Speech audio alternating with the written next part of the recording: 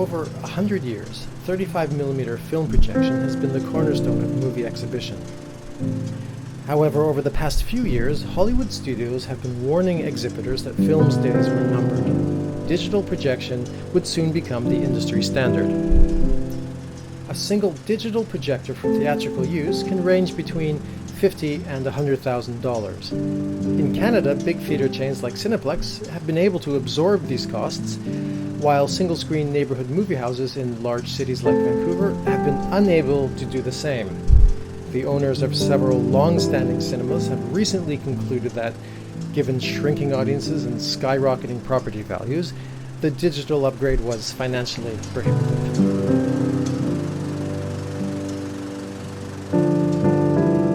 The legendary Hollywood Theatre on West Broadway shut after just over 75 years of screening double features, while The Ridge on Arbutus Street now awaits demolition.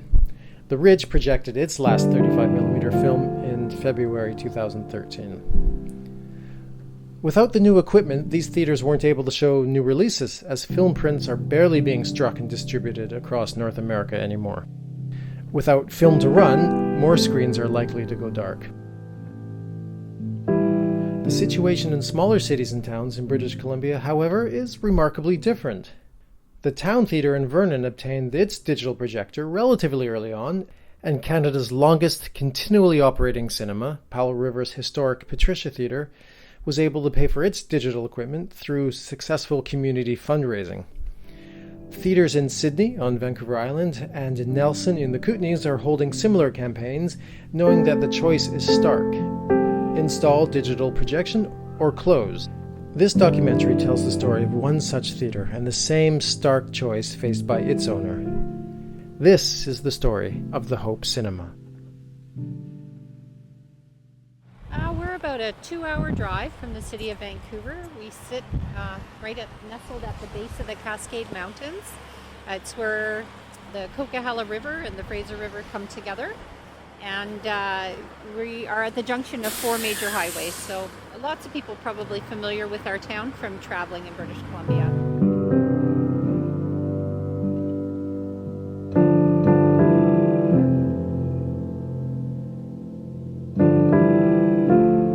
Why did you start this campaign to raise money for the Hope Cinema? Yeah, I'm a big fan of movies. I'm also a big fan of the movie experience. Like, I love being in large, darkened rooms with strangers, all watching the same thing at the same time. Because there's a very different experience than sitting at home alone with your flat screen.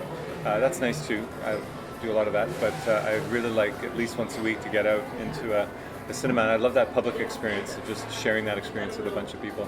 Love movies, love going to movies, the shared experience, and the big screen and the popcorn, and that's fun, right? But I also love being able to do that just in this little small town. John and Kelly have been a great help to me here. They're avid, moviegoers, and they know the value of a movie theater in a small town. Like a lot of people in small towns, they have their regulars, and they're people that really enjoy their local movie theater, and they've stepped up for me in fundraising and trying to help me get through over this hurdle for the cost of putting this in to keep the theater going. Well, I think we're really hoping that the new and very expensive digital projector is going to actually allow a small town single screen theater to diversify what it could normally show, because certainly the owner couldn't bring in a variety of Hollywood movies every week on the traditional film format. It's just too much. The digital projection I changed over because I had no choice in the matter anymore. I would have continued to run film at this theater forever if that was my choice. It's just something I had to do,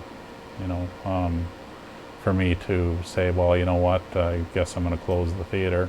And the reason I'm going to close it is because I don't want to spend $55,000 to keep it here. I think that would be a mistake. I think we're very lucky here in the case of Hope that Kevin owns that theater outright. It's paid for. He doesn't have a landlord that he has to serve, and so that really helps him. It gives him a lot more options. Let's be blunt, most small towns in BC are struggling, right? And that transition from the traditional resource jobs, which are in decline, with the other jobs that have not yet stepped up to fill the bill. I mean, I think a lot of small towns are hurting economically. What is it about these gathering places that are important to a community? I think they're important community because it brings people together, unlike just shopping. It brings people into a community aspect where they get to experience things, whether it's going to the curling rink, going to the hockey rink, coming to the bowling alley, going to the movie theater. It's almost like an iconic thing. It's to get people out and socialize, communicate with other people face to face rather than on video or through text.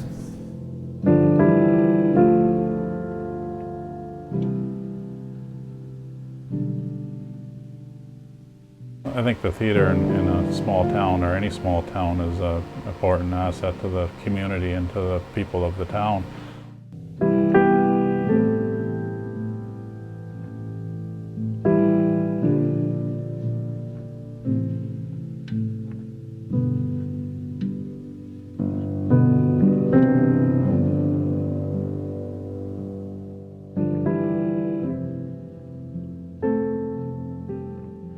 It's one of those things that when you live in a community, people talk about, oh, I love living in the city because there's opera, there's plays, they may never go, but it's important to them to know that it's there.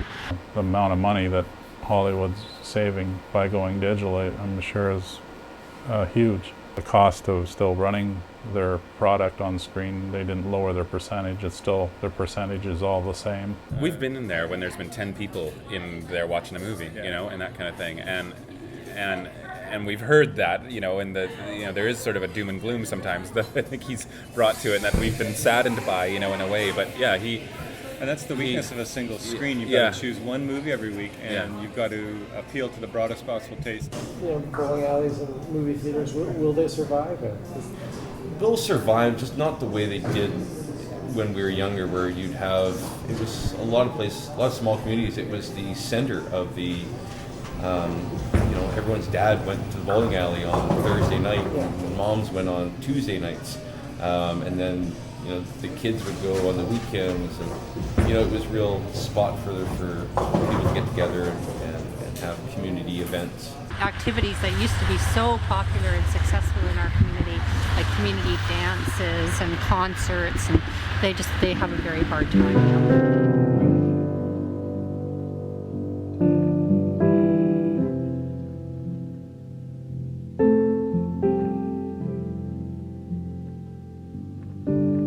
There's a character to the Hope Cinema, right? And maybe in some ways a character to the place and the people who work there and the people you meet there. A lot of young people now, they've grown up with stadium-style seating in the multiplex with at least 12 movies to choose from at any given time, and lots of selection for fast food rather than just popcorn and drinks. So is it a generational culture shift when it comes to watching movies? Do they not appreciate the single-screen small-town theater because of what they're used to? I'm sure there is a lot of that.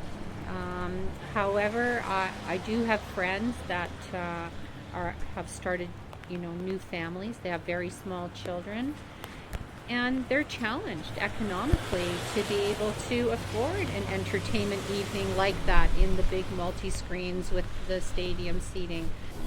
The army of 15 or 16-year-olds who serve you at the multiplexes and are maybe there one month and gone the next. I call them cement bunkers that you know, the other large corporations are running. It's basically a, you know, big cement building, and there's no architecture to it. Everything's black. Our local theater competes on price, the ticket price, and the popcorn's better. It's got real butter. So the popcorn's better, it's cheaper. So affordability and ease of access. You don't drive that 35-kilometer trip.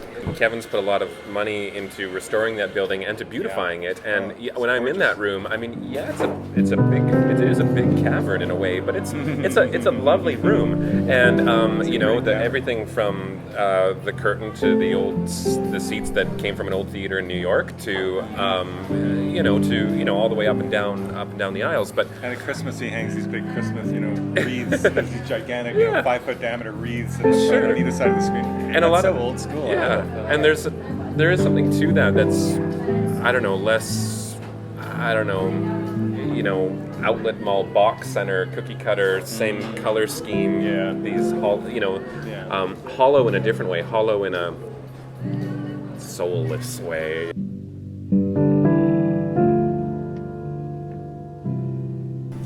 Well, I mean, I like the fact that they're doing something to upgrade the theater here in town. I think it's important to the town that we have things that are available for the youth and the community. To think the kind of investment that I have into it over the years, and then be faced with this either convert or close, I've been forced into this. I'm giving back too. I'm not just saying, well, you know, give me your money and help me. I'm giving them double the value of coupons. He could just raise his regular prices for every movie, but instead he's doing this club that'll keep all the prices for every other movie normal, but just this club will help raise the money. Right. What is the advantage of that over watching it on our high-tech widescreen stereo equipment at home? I think it's tribal, you know, and those moments in the film that are funny or really unnerving are amplified by the reactions in the crowd. You can kind of feel it in the air. Yeah. I don't enjoy a movie as much when I can press pause and walk away from it. There is something about, I mean, it's happening right now. It's live, if you will, in a way. And if I do walk out, to use the washroom or whatever, I'm going to miss something, right? So.